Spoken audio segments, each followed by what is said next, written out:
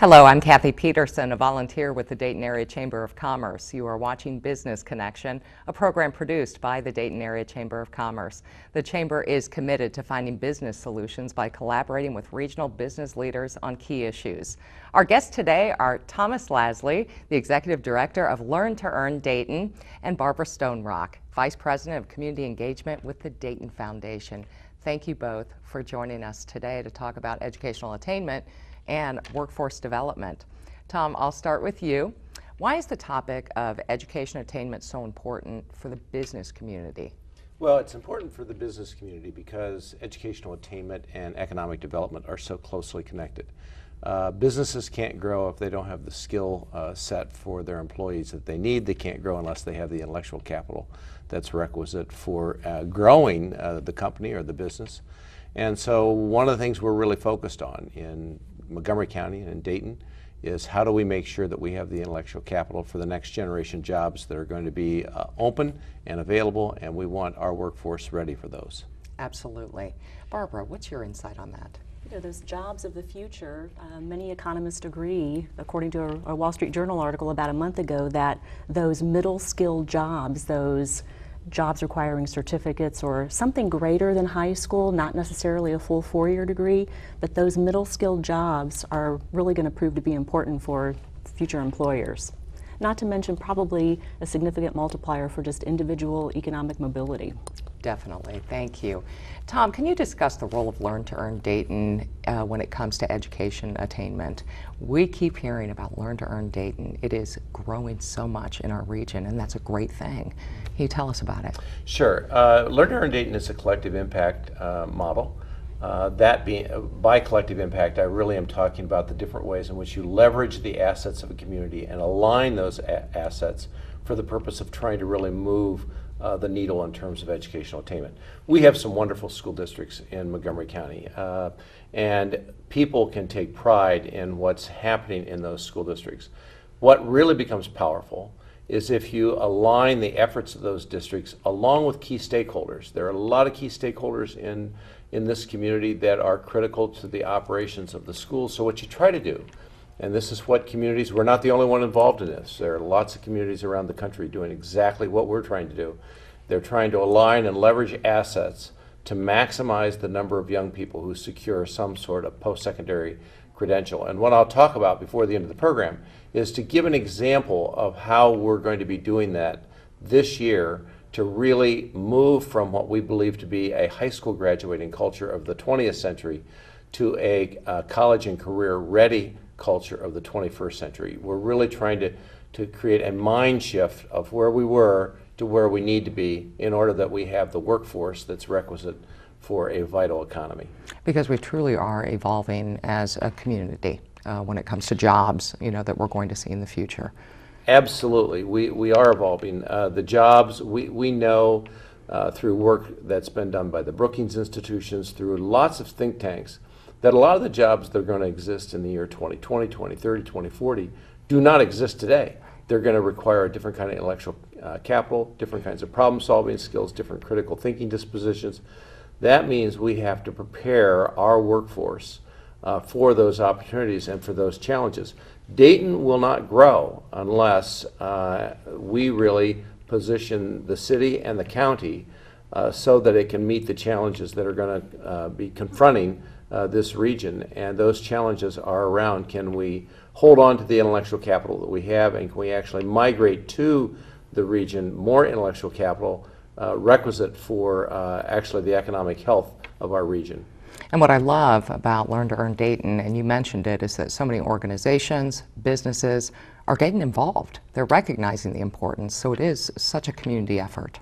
It is. This morning I met with a group of business leaders. Actually on Monday we met with a group of business leaders. We're trying to figure out how do we not only grow the skill set that we need for the jobs that we have, but how do we then also use it as a device for holding on to a lot of the intellectual capital that we have here. We don't want our Montgomery County young people going off getting degrees somewhere else and then staying there. We want them to go off and get a degree wherever they want to get the degree, but then come back to this region if at all possible and try to grow the opportunities here and leverage those opportunities so that all of us are able to sustain a community that we love and that we think is quite special.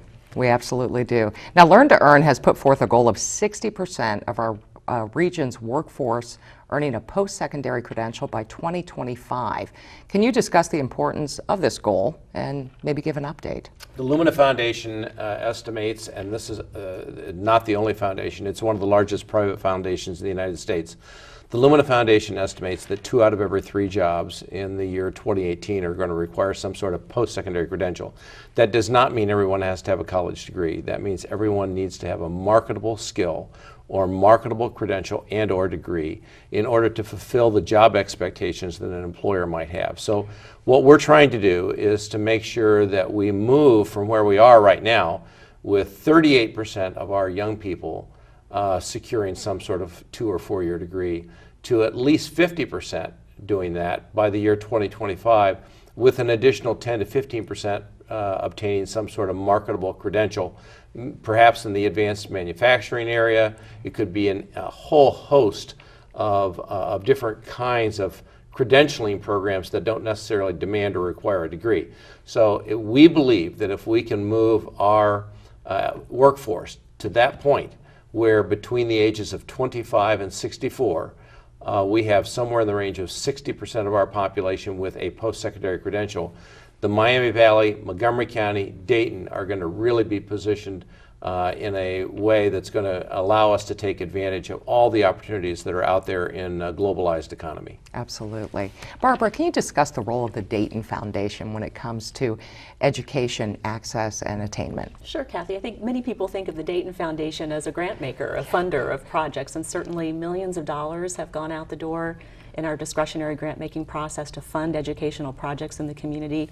But when we're looking at a higher level issues like educational attainment and workforce development, we also provide the role of convener. We encourage organizations who are working in these roles to align and collaborate and partner, get everyone pulling on the same end of the rope. So we'll nudge organizations to do that. We also incubate projects in the community at the systemic level, moving the needle for an entire region, the Miami Valley, Montgomery County. And so some of the projects we've done along those lines, of course, Learn to Earn is incubating at the Dayton Foundation. Tom lives in our office sometimes, and you may be familiar with the neighborhood school centers through Dayton Public Schools. That was born, if you will, at the Dayton Foundation.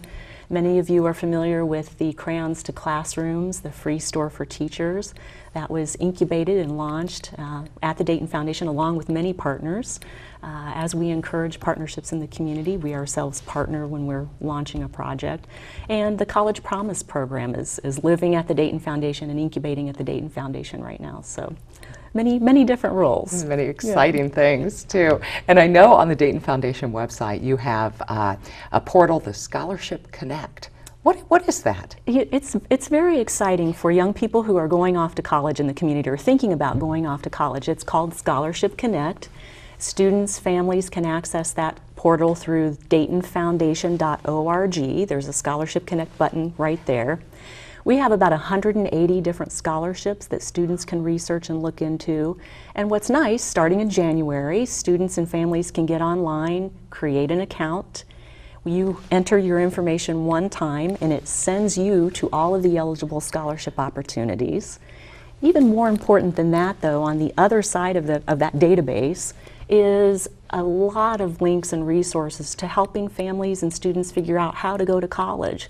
College calculators, career coaching, a lot of good resources to help you figure out how this is done. Because I think so many families, the challenge, they're like, we could never afford to send our kids to college when there are opportunities out there. There are a lot of opportunities and a lot of resources to help people think that through. And the key is starting early, figuring that out early and getting in line and starting that process. Absolutely. Tom, can you talk a little bit about the FAFSA process and why it's important to parents, families, and students to fill it out? Well, it's called the FAFSA, and it's extraordinarily important. What we know is that as the percentage of young people goes up in terms of completing the FAFSAs and families that complete the FAFSAs, that correlates very nicely with the percentage of young people who then go ahead and pursue a credential or degree. A lot of our young people in Montgomery County believe that they do not have enough money to secure a college education. And because we have such an incredible asset in Sinclair Community College, and it's one of the least expensive higher ed institutions in the state of Ohio, it creates great enrollment opportunities for our young people, especially those who are facing economic challenges. The FAFSA form simply is a federal form. You fill it out to show what your family's assets are as well as what their needs are. And we know that for a very significant percentage of our population here in Montgomery County, they are eligible for the assets that they need, the dollars that they need to pay for a college education at Sinclair. And this is significant. I tell people it's very important for you not to go into needless debt for a college education. I understand that some people need to incur some debt, but you don't want to incur any more debt for a college education than you absolutely have to secure. Sinclair is an asset for our region that allows young people to minimize the amount of debt, even if they're trying to pursue a four-year degree. So the FAFSA is the first step in that process. It tells you what age you're eligible for, and then it allows you to access that aid as you matriculate, whether it's at Sinclair or some other institution. It allows you to access those dollars. But let me repeat again, the goal for every one of our listeners is to ensure that their children secure a post-secondary credential of some type at the lowest possible cost, so that they have minimal debt when they walk out of a credential or degree program. Where do they find the FAFSA form? Actually, it's very, very simple. You can just, if you Google or whatever browser you're using, however you're going to access this, if you simply Google FAFSA, FAFSA, trust me, it'll come up, and there's a very simple form. Let me also say that if you go to Sinclair, they have financial aid officers who can help you. The high schools, if you go to your high school counselors, they can help you. There are a lot of different people, both at our 2- and 4-year institutions as well as our high schools, who complete those FAFSA forms. Our goal this year is to have some of our high schools with 100% of the students completing FAFSA forms. We're probably not going to hit that goal, but our goal is to try to get as close to that figure as we can. And I'm encouraging everyone who has a college-age young person to complete that form and make sure that they determine the kind of eligibility they have for funds to assist them with any tuition costs, as well as other expenses that might be incurred in the pursuit of a post-secondary credential. One of the best parts of my day is my window for my office overlooks Sinclair and the parking garage. Actually, I can look down on it, and I love this time of year because it's packed. And I love to see that because people are taking advantage of the educational opportunities in our community. And let me just say that this year we're doing something very special in Montgomery County. The FAFSA ideally is completed in January, February, March. So if someone's watching this program here in the fall, this is not the time you complete the FAFSA. Typically, you're going to want to complete it in January, February, March, after your 2014 taxes have been filed. So you'll then complete it during that time frame. But November is going to be application month, and during application month, throughout the state of Ohio, but especially here in Montgomery County, we want all of our young people thinking about where they want to apply for either a 2-year degree, a 4-year degree, or some type of credential. You apply for that program in November. You're going to complete your FAFSA form in January, February, or perhaps March. And then in May next year, we're going to announce the day very soon. There'll be signing day at every one of our high schools, public schools and Catholic schools, where all the young people who are pursuing some sort of post-secondary opportunity are going to essentially sign on that this is where they're going to be going in terms of their post-secondary matriculation. And it's sort of a culmination of this year-long process. But the FAFSA is the middle phase of that. The application is the first phase. That is exciting because it is something to celebrate. Yes. It really is. Barbara, what are some of the other education initiatives that the Dayton Foundation is working on? I mentioned College Promise a little earlier, and I'd like to share a little bit more about that. It's a life-changing opportunity for 50 students per year to be mentored by caring adults once a week, and with the goal of getting them graduating high school and then moving on to a free college education. And so College Promise right now is, their goal is over 10 years to identify 8th graders. That's when you're identified. 50 per year will be matched with mentors, moving along through your high school years, getting you to graduate, and then they'll be eligible for free or very little cost college education. Right now they're looking at 500 students over 10 years, which will make a significant impact on the community. Oh, it sure will. Now, Tom, I know a lot of people ask you this question. Is a 4-year degree required for the workforce? What we know is the more education that you have, the more impact it has on your lifelong earnings. We clearly know that to be a fact.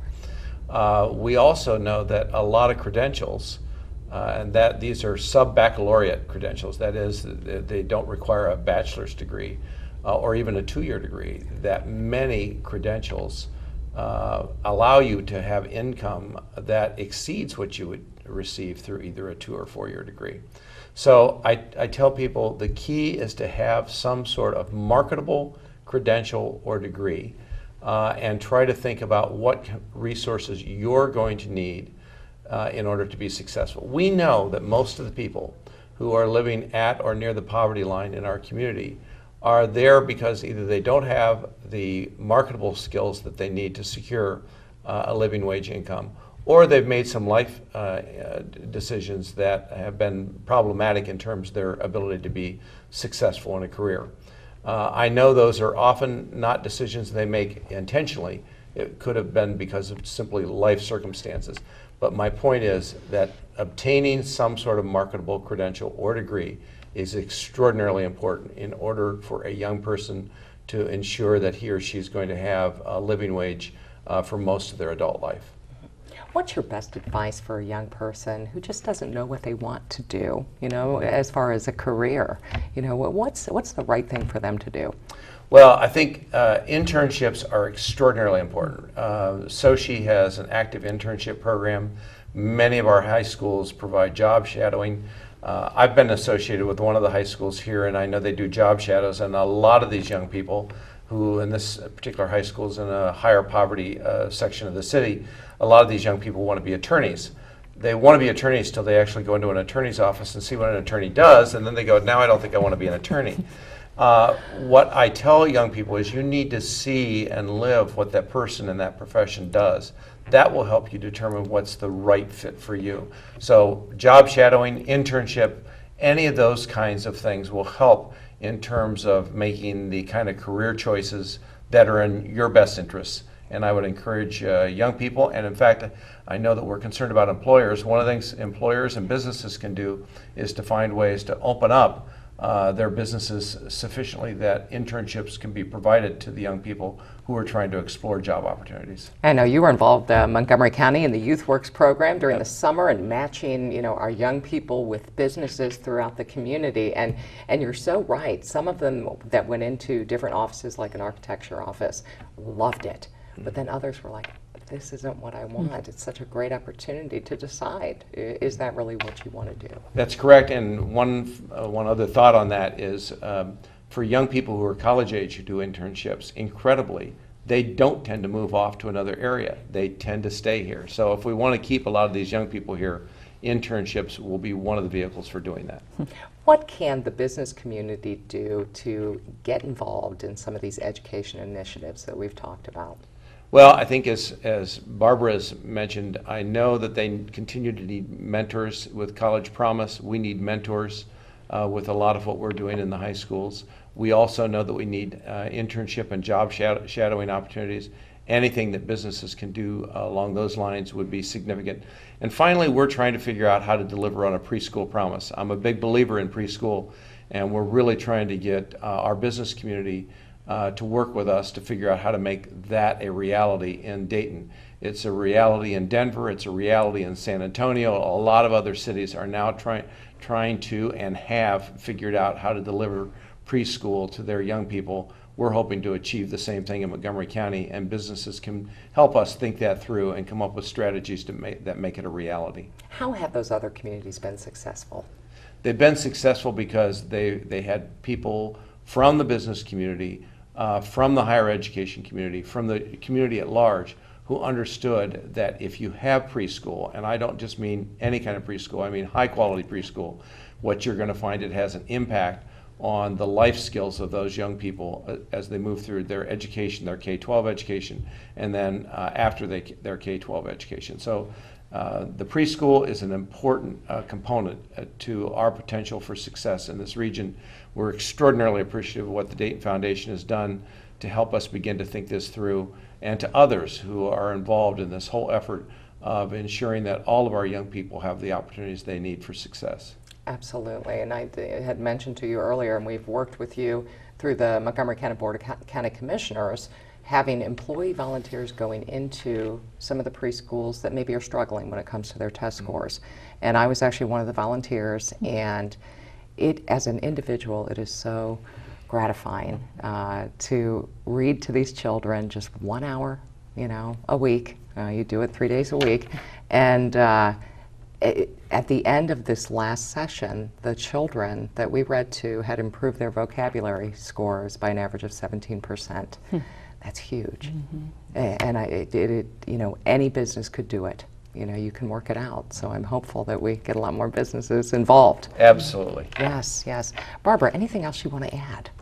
Just, we've talked about a couple of different community initiatives going on now, and your question about how the business community can be involved, many of them already are, and we're all pulling on the same end of the rope here. But if there are businesses in the audience who are interested in participating, there is a place for you to jump in, and I would just urge you to contact Tom Lasley at Learn to Earn or the Dayton Foundation, and we'd be happy to plug you into the right spot. Yes. Tom, how can they get in touch with Learn to Earn Dayton? Probably the best way is to connect with me through my email address, and that's tlasley1 as in number 1 at UDayton as in University of Dayton, udayton.edu.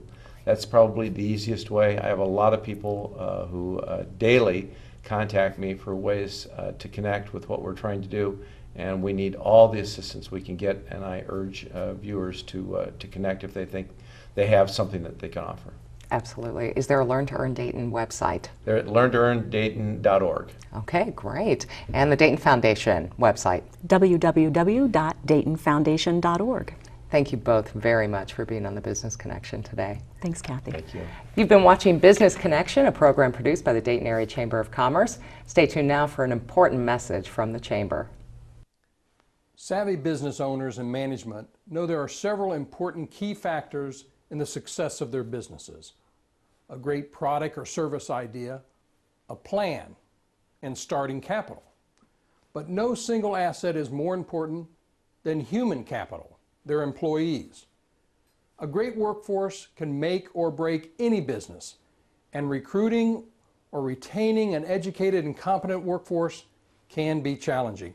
This is why our community is working so hard to help make that asset a competitive advantage, not a disadvantage. To employers, education and training is a means to an end. Whether one is seeking an associate, bachelor's, or higher degree, or if the employee needs a special certification to fill an employer's needs, this education is critical to their personal success and that of their employer. Our region is creating several key initiatives to fill our needs, but getting an education can still be expensive, both in time and cost. Our public institutions like CTCs and community colleges are great bargains, but some families are unable to help their children with any college monetary burden. This is where businesses can help. We must support these new and innovative solutions like College Promise and other programs that will make sure our future workers are able to attend college or special training, hopefully remaining here in the region to not only be our future workforce, but our future business leadership, and without burdensome debt hanging over their heads and futures. I'm extremely impressed with the work going on in regard to this initiative and other educational programs. An educated workforce will be the Dayton area's best asset. But by not fixing the issue, we would be resigned to a position of economic disadvantage among other competing urban areas in the U.S. and in a global economy.